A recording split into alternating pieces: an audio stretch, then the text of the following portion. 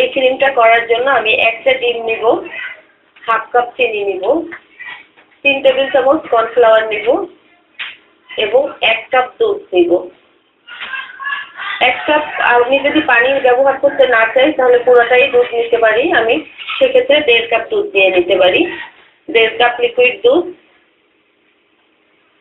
যদি আমরা পানি ইউজ না করি, শুধু দুধটাই ব্যবহার করি, তাহলে 1.5 কাপ নিতে হবে। 1.5 কাপ দুধ, একটা ডিম, 3 টেবিল চামচ কর্নফ্লাওয়ার, হাফ কাপ চিনি, এটাকে আমরা একসঙ্গে মিক্সড করব। একসাথে মিক্সড করে আমরা ব্লেন্ডারে বা বিটারে একটু বিট করে নিব যাতে খুব ভালোভাবে মিলে যায়।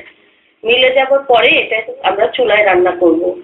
আচ্ছা, আমার একটা প্রশ্ন ছিল ছোট, চিনিটা কি নরমাল চিনি? নরমাল চিনি, ঠিক আছে। এটা রান্নাটা এরকম হবে, অনেক সময় বাচ্চাদের চাউলের গুঁড়ো রান্না করে খাওয়ায়, একদম ঘন হয়ে যায়, ঠিক সেরকম রান্নাটা হবে। সেই রান্নাটা হওয়ার পরে আমরা ওটাকে নামাবো, নামিয়ে ঠান্ডা করব। ঠান্ডা করার পরে আমরা এগ বিটার দিয়ে বিট করব।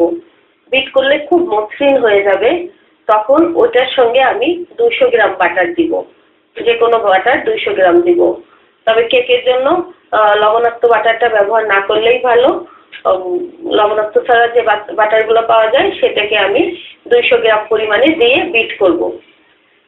প্রথমে আমরা রান্না করা কর্নফ্লাওয়ারটা বিট করে নিচ্ছি, নেওয়ার পরে বাটার দিয়ে বিট করব। বিট করে আমি ফ্রিজে রেখে দিব আধা ঘন্টা। আধা ঘন্টা পরে বের করে আবার বিট করব। নরমাল ফ্রিজে আধা ঘন্টা। আর এমনিভাবে আমি 3 বার করে বিট করব। আধা ঘন্টা পর পর বের করে 3 বার, লাস্টের বার যখন বিট করব তখন খুব ফোমি একটা ভাব হয়ে যাবে। অর্থাৎ আমাদের এই যে ক্রিমটা দেখতে পাচ্ছেন, একটু দেখে নিই ক্রিমটা। মানে 3 স্টেপের পর যেটা হবে সেটা এরকম হবে ক্রিমটা। এটা ইংলিশ ক্রিম, যেটা সাধারণত আমরা ব্যবহার করে থাকি। বা এই ক্রিমটা নিজেরা করে নিলে খুব টেস্টি হয় কিন্তু ক্রিমটা। আর আমি যেহেতু বলেছি যে বাটার যেটা ব্যবহার করব লবণাক্ত থাকবে না, লবণ থাকলে তখন টেস্টি একটু চিজের চেঞ্জ চলে আসে। সেটা যদি কেউ চায় যে না আমি চিজ ভাবটা নিয়ে আসবো, তাহলে ওটা দিতে পারে। নর্মালি লবণ ছাড়া যে বাটার ওটাই ব্যবহার করব। কিন্তু 3 স্টেপে করতে হবে। 3 স্টেপে করতে হবে। এখন এই বাটারটা দিয়ে আমি যখন কাজ করব, লাস্টের বারও কিন্তু আমাকে বিট করে নিয়ে কাজ করতে হবে। ফ্রিজ থেকে বের করার পর বিট করতে হবে। এই বাটারটা যদি আমি ফ্রিজে রেখে দেই এখন 2 দিন পরে বা 3 দিন পরে কাজ করি, তখনও আমি বিট করে নিয়ে কাজ করব। প্রথমে আমরা বিট করব, দেন আমরা এটা কাজ করব। আর এছাড়া আমরা আরেকটা ক্রিম যেভাবে করতে পারি, কিছু ইনস্ট্যান্ট পাউডার পাওয়া যায়, সেটা হচ্ছে হুইপ ক্রিম বা হুইপ ক্রিম নামেই পাওয়া যায় এরকম প্যাকেটে, এর নামে পরিচিত। জি, হুইপ ক্রিম একটা বক্সের মধ্যে 2টা প্যাকেট থাকে। এরকম একটা বক্সে এরকম 2টা প্যাকেট থাকে। এই এক বক্সের 2 প্যাকেট আমরা নেব। আমি এখনই নেই।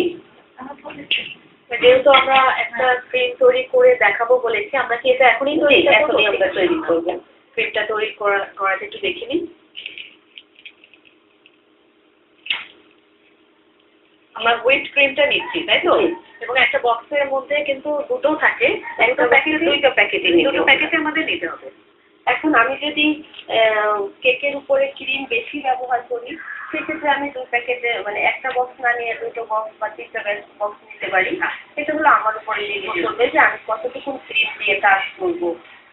আমাদের সাথে একজন করা আছে। হ্যালো, আপু স্বর্ণা বলছিলাম নদিয়া থেকে। আজকে কেকটা পাত্রের মধ্যে দিতে হবে। পাত্রের মধ্যে কেকটা অনেক বড়, তো কিভাবে দেবো এই একটা কোশ্চেন। আর আমার একটা কোশ্চেন যে প্রেসার কুকারে যে করছেন সিটিটা ঠিক দিতে হবে। সিটি লাগাতে হবে না, সিটি না লাগালে কিভাবে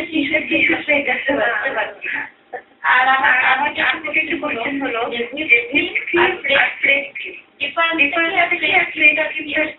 কোথায়? আর যদি ঘরোয়া পদ্ধতি বাবা অনেক ধন্যবাদ আপনাকে। হ্যাঁ, ধন্যবাদ আপু।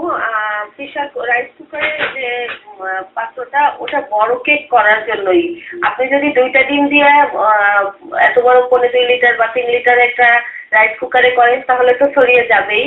ওটার জন্য আপনার কমপক্ষে 6 থেকে 8টা ডিম দিয়ে করতে হবে। আর আপনি যদি ছোট রাইস কুকারে করেন সেক্ষেত্রে ছোট দিতে পারেন। ওটার ভিতরে আর কোনো পাত্র ব্যবহার করা যাবে না। দ্বিতীয়ত হচ্ছে আপনি প্রেসার কুকারে আপনাকে যেহেতু আমরা অল্টারনেট হিসাবে বলেছি, একদম যে অ্যাকুরেট ওখানে আপনার 3টা সিটি উঠতে হবে তা না, তবে 3টা সিটি বা 4টা সিটি পরিমাণ সময় আপনাকে নির্ধারণ করে দেখে নামাতে হবে। যেহেতু আমাদের সিটি থাকবে না সেহেতু আমরা দেখে নামাবো। সেরকম আমরা তাওয়াতেও করতে পারি, কিন্তু আমরা যখন ওভেনে করব ওভেনে টাইম টেবিলটা দেয়া থাকে, তাই আমরা টাইম অনুযায়ী নামাতে পারবো, ইজি হয়। কিন্তু ওই জায়গাগুলো ম্যানুয়ালি আপনাকে দেখে নামাতে হবে, একেবারে টাইম হিসেব করে নামানো যাবে। এখানে কি প্রেসার কুকারে কি চেক করার অপশন আছে? খুলে চেক করা? হ্যাঁ, প্রেসার কুকার খুলে চেক করে দেখবো আমরা যে হলো কিনা। আর আপনি বলেছিলেন হুইপ ক্রিম আর ফ্রেশ ক্রিমের মধ্যে কি? ফ্রেশ ক্রিম সাধারণত দেখা যায় বিভিন্ন কোম্পানি ছোট ডিব্বার মধ্যে থাকে ফ্রেশ ক্রিম। আমরা বিভিন্ন রান্নার ক্ষেত্রে ব্যবহার করি ফ্রেশ ক্রিম, বা আমরা কেকেও ব্যবহার করতে পারি। আর হুইপ ক্রিমটা হচ্ছে কেক ডেকোরেশনের জন্য বা আইসক্রিমের জন্য আমরা ব্যবহার করি হুইপ ক্রিম।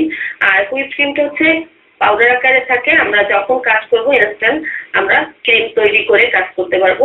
হুইপ ক্রিম আবার লিকুইড ফোম হিসাবেও পাওয়া যায়, ওগুলো অনেক দাম, বা ওগুলো তখন ব্যবহার অনেকে জানে না, যাতে অনেক সমস্যা হয়।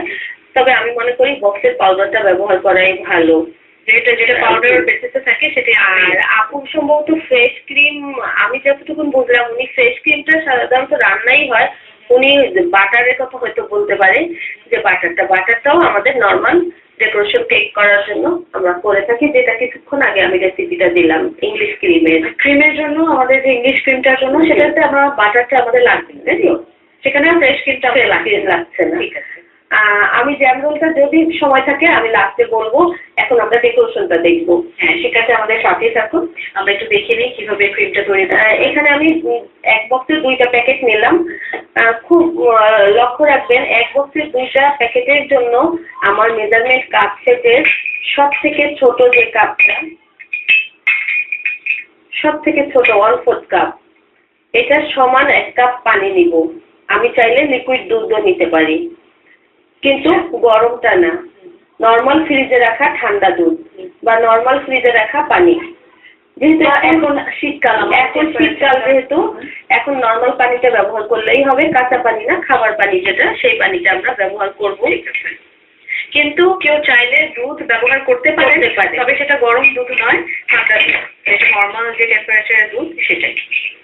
লিকুইড তো, লিকুইড, পাউডার দুধ তো নয়। পাউডার দুধ আমরা পানি দিলে চাইলে এটা কখন দিব আমি বলে দিব। ঠিক আছে। আমি যে পানিটা দিব, এই যে 1/4 কাপ, এই কাপের কিন্তু সমান পরিমাণে পানিটা দিব। অনেক সময় পানি ঢাললে একদম কাপ উপর থেকে চলে আসে পানি, ওরকম নিব না, সেক্ষেত্রে কিন্তু ক্রিমটা লিকুইড হয়ে যাবে। কারণ এই ক্রিমে যদি পানিটা একটু এদিক ওদিক হয় সেক্ষেত্রে ক্রিমটা আর ভালো হয় না। থিকনেসটা ডিপেন্ড করছে পানির একদম সমান, এই যে সমান 1 কাপ পানি নিব আমি। নেওয়ার পরে আমি, যেহেতু সেক্ষেত্রে আমরা ইনস্ট্যান্ট ক্রিম তৈরি করছি, সেক্ষেত্রে আমরা হুইপ ক্রিমের ভিতর যে 2টো প্যাকেট আছে সেটা সমপরিমাণ আমরা নিয়ে নিয়েছি একটা বাটির মধ্যে, দেন আমরা পানি ব্যবহার করেছি, তাই তো? ঠিক আছে। এবার আমি বিট করব।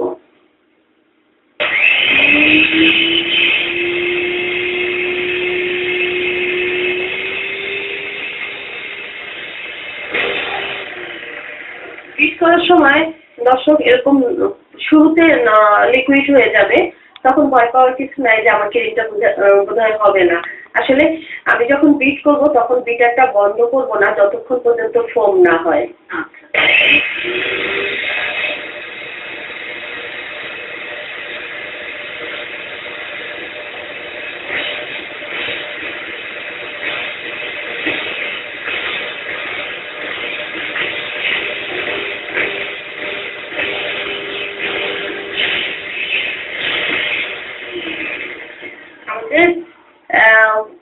মানে ক্রিমটা ফোম হচ্ছে, এরকম অবস্থা যখন হবে তখন আমি যদি পানি দেই সেক্ষেত্রে আমি এখানে 1 টেবিল চামচ গুঁড়া দুধ দিয়ে দিব।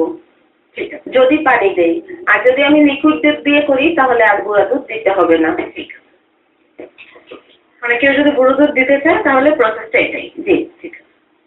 গুঁড়া দুধ দিলে আবার অনেক সময় দেখা যায় গুঁড়া দুধটা বেশি ড্রাই যদি হয় তখন আরেকটু পানি লাগতেও পারে, কারণ এটা একটু শুকনো শুকনো তখন হয়ে যাবে। আমি 1 টেবিল চামচ পরিমাণে গুঁড়া দুধ দিয়ে দিলাম এবং সেই সাথে আমাদেরকে একটু পানি লাগবে। যদি লাগে আমি তাহলে দিব। তাহলে বিট করার সময় আমাদেরকে দেখতে হবে পানি লাগবে।